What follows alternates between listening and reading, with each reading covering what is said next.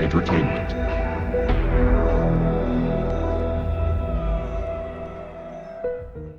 Reté a mi mejor amigo a que arruinara mi vida, parte 6.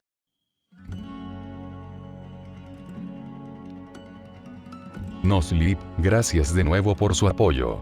Este día he estado saltando de una tienda a otra para evitar ser rastreado, así que hoy pasé escribiendo intermitentemente y respondí a tantos de sus comentarios como pude. Casi me encuentro de lleno con David cuando estaba por publicar esto. Discúlpenme por haber tenido que ocultarme antes de volver a sacar mi teléfono y hacer la publicación a la hora de siempre. Editado. Supongo que lo publiqué a tiempo después de todo. Lo siento por el incidente de que la quinta parte haya desaparecido. Fue mi culpa, y los moderadores de Noslip fueron muy serviciales al momento de restaurarla. Retomaré la narración, como siempre.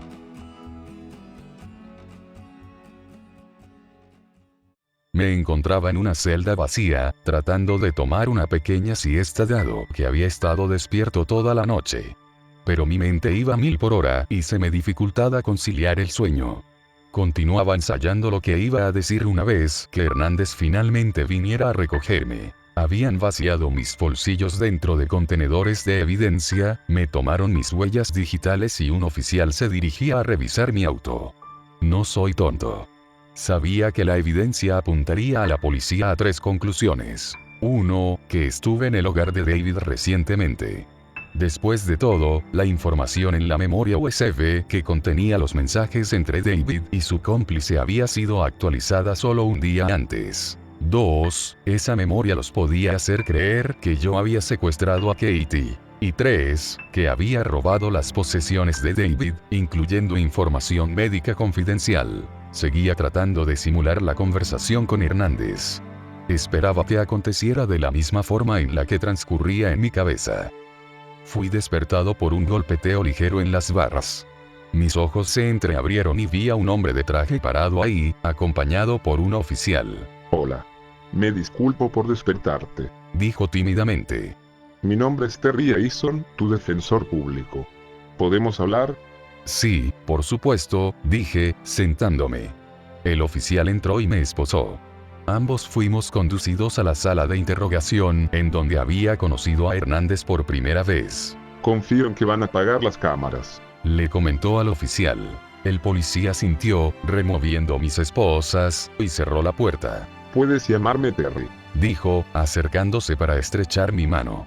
Nos sentamos el uno frente al otro con la mesa de por medio. Escuché un poco acerca de tu caso en un resumen del jefe de la estación. Mencionó, sacando folders de un maletín. Es largo, admití. Eso dicen. Voy a tener que disculparme por adelantado. Es probable que tengas que repetir tu historia muchas veces durante estos procedimientos. Para prevenir esto lo mejor posible, tú y yo nos vamos a sentar y vamos a dejar por escrito tu versión de los eventos. De esa forma, puedes apoyarte en tus declaraciones y tener la certeza de que lo que dices es consistente y exacto. ¿Suena bien? Tenía sentido, así que asentí. Primero, tengo un contrato aquí para que lo firmes, el cual estipula que accedes a permitirme ser tu representante en un proceso judicial. Empujó un papel y un lápiz en la mesa. Le di un vistazo y firmé en el final. Los tomó de nuevo. ¿Te gustaría que te llame Sander, o por tu apellido? Me preguntó con una sonrisa serena. Sander está bien. Bueno, Sander. Comencemos a escribir. Terry se sentó conmigo pacientemente mientras yo escribía cada detalle que podía recordar. Empecé con la conversación del reto que tuve con David y continué toda la cadena de eventos hasta el punto actual. Empezó con una página con recuerdos revueltos y palabras para refrescar mi memoria. Luego tomó lentamente la forma de una declaración, que Terry me ayudó a editar para convertirla en una declaración basada en hechos. Cuando te pregunten acerca de un recuerdo o suceso, remítelos a este documento. Trabajamos por 1 hora, hasta que habló de nuevo. Tengo que ir a otra cita, pero he pedido que se te permita continuar trabajando en tu celda. He calendarizado una reunión con el fiscal y el detective Hernández para mañana a la hora del almuerzo. ¿Crees que puedas haberla completado para entonces? Sí, eso creo. Y lo hice. Pasé el resto del día escribiendo esa declaración. Dormí esporádicamente, pero estaba desesperado por completarla antes del almuerzo del día siguiente. Había sucedido demasiado, y tenía mucho que quería decir. Estaba bastante orgulloso de los resultados. De hecho, estaba más orgulloso de esa declaración que de esta que están leyendo. Aquella tenía muchos más recuerdos frescos. Fue una declaración concisa y al grano. Esta se siente un poco más fragmentada. Pero quizá haya sido mejor que fuera esta la que publiqué. Al día siguiente, estaba de vuelta en la sala de interrogación. Terry estaba sentado a mi izquierda. Hernández estaba parado contra la puerta, viéndome fijamente con sus brazos cruzados. No podía leer su expresión. Al otro lado de la mesa estaba sentada una mujer, quien se había introducido como Gunderson, la jefa del departamento. La jefa de Hernández. A su lado se encontraba un hombre alto y desgarbado con cabello negro y aceitoso. Mantenía sus manos detrás de su espalda, observándome atentamente. La grabadora entre nosotros había sido activada. He sido actualizada acerca de los casos en los que estás involucrado, dijo la jefa Gunderson. Tomando en consideración los descubrimientos recientes, estoy interesada en escuchar todo desde tu perspectiva. Me arrestaron solo para escuchar mi versión de la historia. Soltí. No, te arresté porque se sospecha que incendiaste la casa de Ann King, matándola de esta forma. Hernández me dice que te pudiste haber sentido con el derecho de hacer tal cosa por todas las acusaciones que has utilizado como munición en contra de David King. Así que me gustaría escuchar desde el comienzo qué fue lo que ha sucedido y conocer tu versión de los eventos. ¿Quién es él?, pregunté, señalando al hombre larguirucho. Soy el fiscal, Adam Leuderman. Me contestó. Ah, así que serás tú quien tratará de meterme preso, bromeí. Terry colocó una mano de advertencia en mi pierna. Trataré de establecer la verdad acerca de lo que sucedió. Me corrigió, mirándome con desprecio. Mi cliente ha preparado una declaración de la cual pretende depender enteramente, dijo Terry, repartiendo copias de las 17 páginas escritas a mano. El jefe y el fiscal tomaron una. Hernández caminó hacia el frente y agarró una también. Empezó a leer de inmediato desde su lugar en la esquina. Traté de captar su mirada, pero no me vio en ningún momento. Confío en que podemos comenzar hoy el proceso de investigación jurídica, preguntó Terry. Necesitaré copias de todo, al igual que una copia de la condena oficial. Ignoré a Terry y me enfoqué en Hernández. Había algo acerca de su actitud que atrapaba mi atención. No podía identificar qué era. Me enfoqué en él durante la reunión completa, tratando de descifrar qué era lo que mis instintos me decían. Los demás discutieron detalles legales con Terry y corroboraron el proceso de investigación jurídica entre las dos partes. Un par de días después, Terry estaba sentado de nuevo conmigo en la sala de interrogación, detallándome lo que había aprendido por medio de la investigación jurídica. La investigación jurídica consiste en que ambas partes de un caso intercambian evidencia para que no exista ninguna sorpresa cuando vayan al juicio. Cualquier cosa que no sea ventilada durante la investigación jurídica no será admitida en la corte. Pero antes del juicio, vendría mi lectura de cargos. El momento en el que los cargos formales serían establecidos en mi contra, y tendría que declararme culpable o inocente. Terry estaba repasando la investigación jurídica conmigo para que estuviera preparado ante lo que dirían durante la audiencia y para que decidiera si me declararía culpable o inocente. Esto es lo que aprendí. Después de que fui arrestado, la policía revisó mi auto y encontró el disco duro, las memorias USB y la evaluación psiquiátrica. Y algo más que fue curioso. Un bidón medio vacío de combustible. Ese bastardo había plantado un bidón de combustible en mi auto en algún punto sin que yo lo supiera. Estuve en mi auto toda la noche, así que es posible que David lo hubiera plantado dentro de los pocos minutos en los que estuve en la estación de policía antes de ser arrestado. O que ya hubiera planeado incendiar su casa antes de que yo fuera a Walmart. La policía había revisado el contenido de todas las memorias USB y había descubierto la conversación entre David y su cómplice. Excepto que, como había predicho, me acusaron a mí de haber escrito los mensajes y me enlazaron, de esa manera, al secuestro. El archivo de texto nunca especificó el nombre de Katie, pero ellos alegaban que el secuestro de Katie era el escenario más posible dado que yo fui el primero en enterarme. Sin embargo, a pesar de esta evidencia, la fiscalía no sentía que podría convencer a un jurado.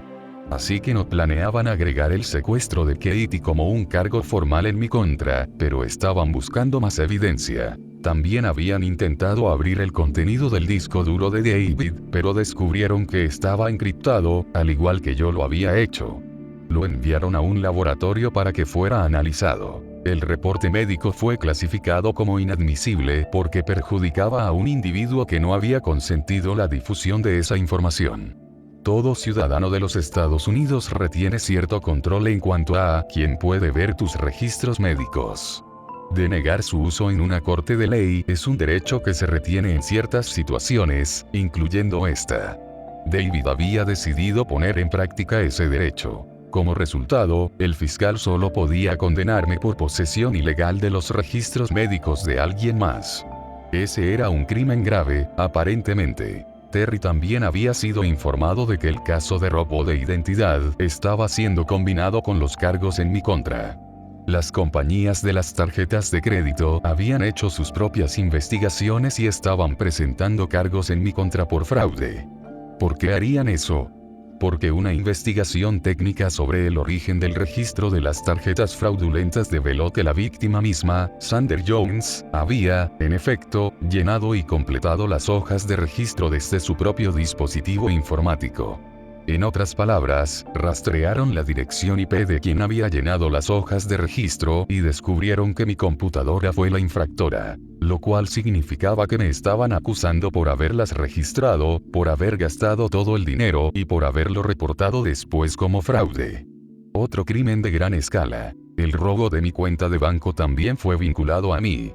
De nuevo, alegaban que estuve tratando de cometer fraude al presentarle el reclamo falso al banco. La policía finalmente había recibido las grabaciones de vigilancia del supermercado en donde el cajero automático estaba localizado.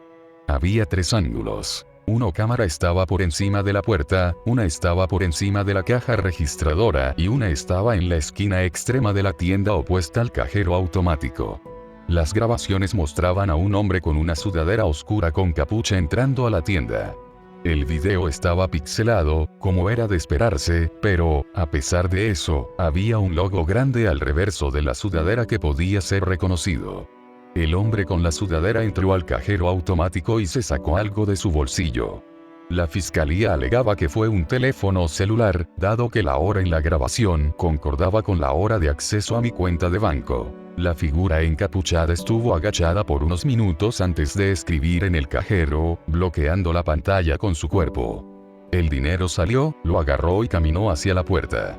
La cámara en la esquina opuesta del cajero solo fue capaz de capturar una fracción de su rostro. Estaba borroso, pero la fiscalía lo comparó con fotografías de mi perfil de Facebook y alegaban que tenía la similitud suficiente para que pudiera ser considerado que era yo. Comparado con fotografías de David, también pudo haber sido él. Había debatido muy ferozmente ese punto con la fiscalía. Cuando había terminado con mi rabieta, el fiscal me dijo que los investigadores también encontraron una sudadera con el mismo logo en mi departamento. Luego utilizaron su carta del triunfo. La página web del banco había sido accedida desde la dirección IP asignada a mi teléfono celular durante el mismo periodo de tiempo. Con respecto al incendio, el cual era la acusación principal en mi contra, tenían evidencia decente. El bidón de combustible era una y el correo de voz era otra. Pero incluso había evidencia más fuerte. Cuando llegué a Walmart por primera vez, me estacioné cerca de la entrada principal, a plena vista de las cámaras colgando del edificio. Me vieron irme claramente cuando me estaba dirigiendo hacia la casa de David. Pero cuando regresé, me había estacionado en el parqueo trasero, pretendiendo alejarme de los demás autos para poder dormir. Las cámaras apenas podían distinguir mi auto estacionado en el parqueo trasero. Estaba demasiado oscuro como para siquiera distinguir que era un vehículo, o eso alegaba la fiscalía. Así que, siendo realista, solo tenía mi propio testimonio para evidenciar el hecho de que había regresado a Walmart alrededor de las 6 de la tarde. Debo acotar que me tomó cerca de 15 minutos para llegar a la casa de David desde el Walmart, solo para que puedan entender el plazo de tiempo. Los bomberos habían recibido una llamada a las 6:04 p.m. de que la casa de David estaba en llamas. Se habían movilizado de inmediato y encontraron a la casa incendiándose vivazmente. David fue hallado tratando de levantar a su madre del piso de la habitación de ella. Los habían sacado a ambos, y se descubrió que la señora King ya había muerto por asfixia.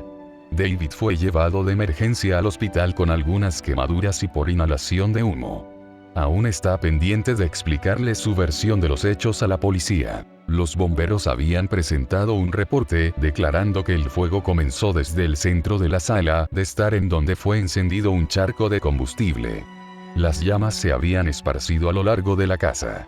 Se encontraron rastros de combustible en varias habitaciones, haciéndoles creer que el sospechoso, Joe, fue de habitación a habitación y salpicó gasolina por todos lados. Al igual que en las películas, también concluyeron que el incendio había sido iniciado un rato antes de que fuera reportado, debido a la extensión del daño para cuando ellos llegaron. Sé que David había programado una alarma en su teléfono que estaba vinculada con la aplicación que instaló en mi teléfono. Cuando mi GPS dijo que estuve en su casa, una alerta debió de haber sido enviada a su teléfono como un mensaje de texto. Solo puedo imaginar que se montó a su auto, abandonó su turno laboral y aceleró hasta su hogar. Creo que fue por eso que los plazos de tiempo son tan cercanos. Les estoy especificando a ustedes todos estos detalles para que puedan ver cuán descorazonado me sentía mientras estaba sentado en mi celda. Estuve ahí por 2 semanas completas en tanto las mismas acusaciones y evidencias eran reiteradas. En verdad empecé a simplemente rendirme. Durante los primeros días, le pregunté a Terry acerca de cómo podíamos probar que había sido David, particularmente, quien había cometido estos crímenes. Él frunció el ceño y me dijo que debería estar más preocupado por probar que yo era inocente y punto. No de echarle la culpa a alguien más. Para el final de la segunda semana, estaba listo para declararme culpable en vez de luchar. La lectura de cargos fue pésima. Ninguno de los cargos tentativos en mi contra fueron descartados. Enlistaría todos los crímenes con los cuales estaba siendo acusado, pero no recuerdo las frases exactas y sé que me equivocaré. Pero asumo que entienden la idea general de que estaba jodido. La fianza había sido establecida en $5,000, lo cual esencialmente garantizaba que iba a estar atascado en la cárcel por un tiempo. En mi desesperación, había contactado a mis padres, y ellos tratarían de recaudar el dinero junto con otros miembros de mi familia y amigos, pero no podrían pagarlo de inmediato. Después de 3 semanas, me encontraba bastante deprimido y no comía mucho. Terry trataba de animarme al enseñarme partes de los argumentos que estaba preparando, pero nada lograba hacerme sentir mejor. Pensaba bastante en Katie. Y extrañaba a Clark. También me había perdido la primera audiencia del caso del graffiti de Clark, así que no tenía idea de cómo iba eso, lo cual me hacía sentir culpable por no poder apoyarlo. Durante el tiempo en el que estuve en la cárcel, Hernández solo me vino a visitar una vez. Fue durante la 3ª semana. Salté de mi cama y corrí hacia las rejas. Hernández, llamé. Por favor, dime que has venido a darme buenas noticias. No. Serás transferido a la prisión del condado. Tu juicio se llevará a cabo allá. ¿Por qué? Él se encogió de hombros. Así es como funciona. ¿Encontraron algo en Isaac? Me había estado aferrando a la esperanza de que el cuerpo de Isaac generaría evidencia en contra de David. Quería que lo condenaran por ese crimen por lo menos. Solo por uno. Lo deseaba tanto que mis manos temblaban cuando pensaba en ello. No tengo permitido hablar de eso. Me esquivó, evitando mi mirada. De cualquier forma, vine a decirte que serás trasladado en 3 días. Hernández, repetí mientras él se daba la vuelta. Pensé que creías en mí. Así es. Hasta que incendiaste la casa de David. Ahora no estoy seguro de quién es el verdadero psicópata. No fui yo. Grité, pero me dio la espalda. 3 días más tarde, como Hernández había dicho, vinieron a trasladarme. Después de la cena, fui esposado y escoltado afuera de la instalación hacia una patrulla que me conduciría a la prisión del condado a 2 horas de distancia. Los 2 oficiales que me conducirían fueron respetuosos conmigo, pero pusieron la radio a todo volumen tan pronto como íbamos por la carretera. Apenas podía escucharme pensar, y estaba comenzando a sentirme frustrado. Siempre había detestado los viajes en auto sin mi propia música, y ahora estaba atascado en un recorrido de 2 horas con mis manos esposadas detrás de mi espalda y una radio zumbando música que no me gustaba. Llevábamos más o menos 1 hora y estaba listo para gritar. Miraba por la ventana, tratando de encontrar algo interesante en lo cual pudiera enfocar mi mente. Íbamos por una carretera de 2 carriles sin ningún otro auto a la vista. Se estaba haciendo tarde, así que asumí que todos se habían ido a sus casas por lo que quedaba del día. Mi panorama de un lago agradable fue obstruido súbitamente por un camión gris. Traté de buscar otra cosa que pudiera contemplar, pero luego noté que el camión se estaba acercando peligrosamente a nuestro carril. Miré hacia arriba y pude notar que era un camión blindado. Y tenía el mismo logo de la compañía para la que David trabajaba. El pánico fue instantáneo.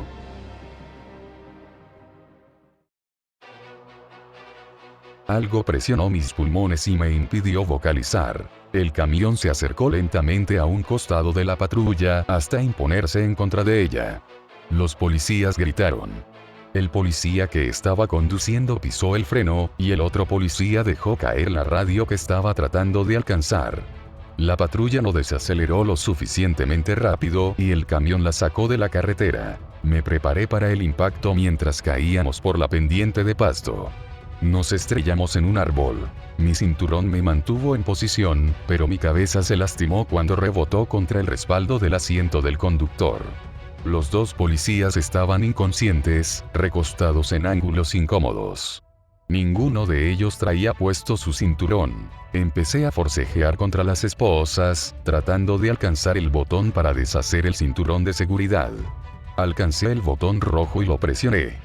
Cuando me di la vuelta para escabullirme por el cinturón flojo, vi a David King bajando por la pendiente hacia el auto. ¡Ay, mierda, coño!, maldije, girándome para agarrar la manija de la puerta con mis manos esposadas. No tuve suerte. Las puertas estaban cerradas desde afuera para prevenir que los prisioneros salieran por su propia cuenta. David se acercó hasta que estaba justo afuera del auto.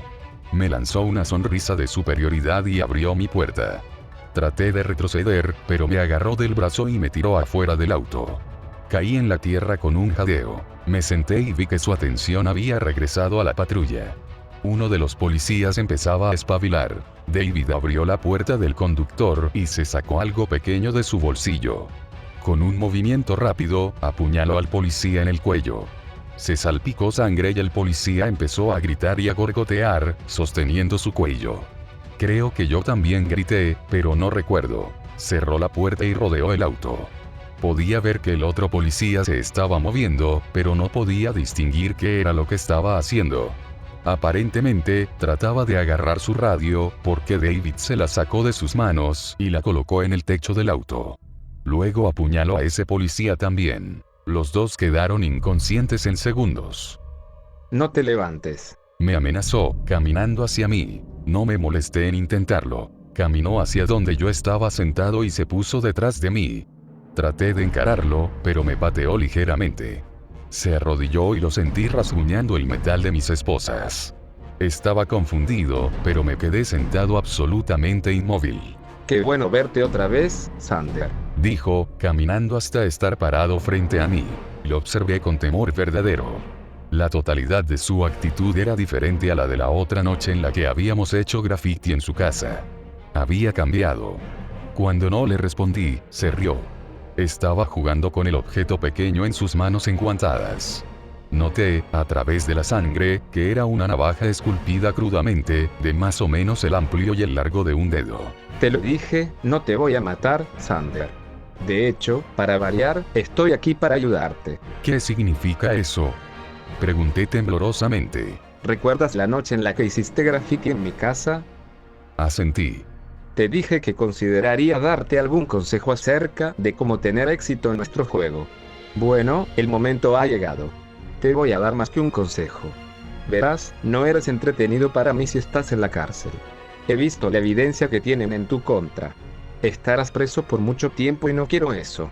Así que te estoy concediendo una segunda oportunidad para seguir jugando. Caminó detrás de mí de nuevo, y sentí sangre pegajosa en mis dedos y manos mientras presionaba la navaja pequeña en mi mano. Ahora, así es como funciona esto. Comenzó, parándose frente a mí de nuevo. Voy a dejar esta navaja con tus huellas digitales en el auto. Creerán que tú apuñalaste a los policías y que te diste a la fuga. Voy a retirar tus esposas y te voy a permitir darte a la fuga. Tendrás una ventaja de media hora antes de que llame por la radio. Oh, Dios, tiene un cuchillo. Apuñaló al conductor y Se detuvo, imitando la llamada que iba a hacer. Un escalofrío recorrió mi espina dorsal. estaré sentado aquí, esperando. Si intentas regresar, simplemente te voy a llevar en mi auto y jugaremos un juego diferente. ¿Lo entiendes? Asentí, demasiado aterrorizado como para hablar. Levántate. Me ordenó. Me puse de pie torpemente, rotando por la tierra para quedar de rodillas y levantarme. Ven aquí. Dijo, moviéndose hacia la patrulla. Lo seguí. Abrió la puerta y puso su mano en el cuello del oficial. Me retraje cuando me roció sangre. La derramó por mi traje de reo y cara. Por poco vomito. Ahora sí. Me gesticuló que me diera la vuelta, y lo hice. Tomó las llaves de las esposas del policía muerto y las utilizó para quitar el seguro. Me sobé mis muñecas.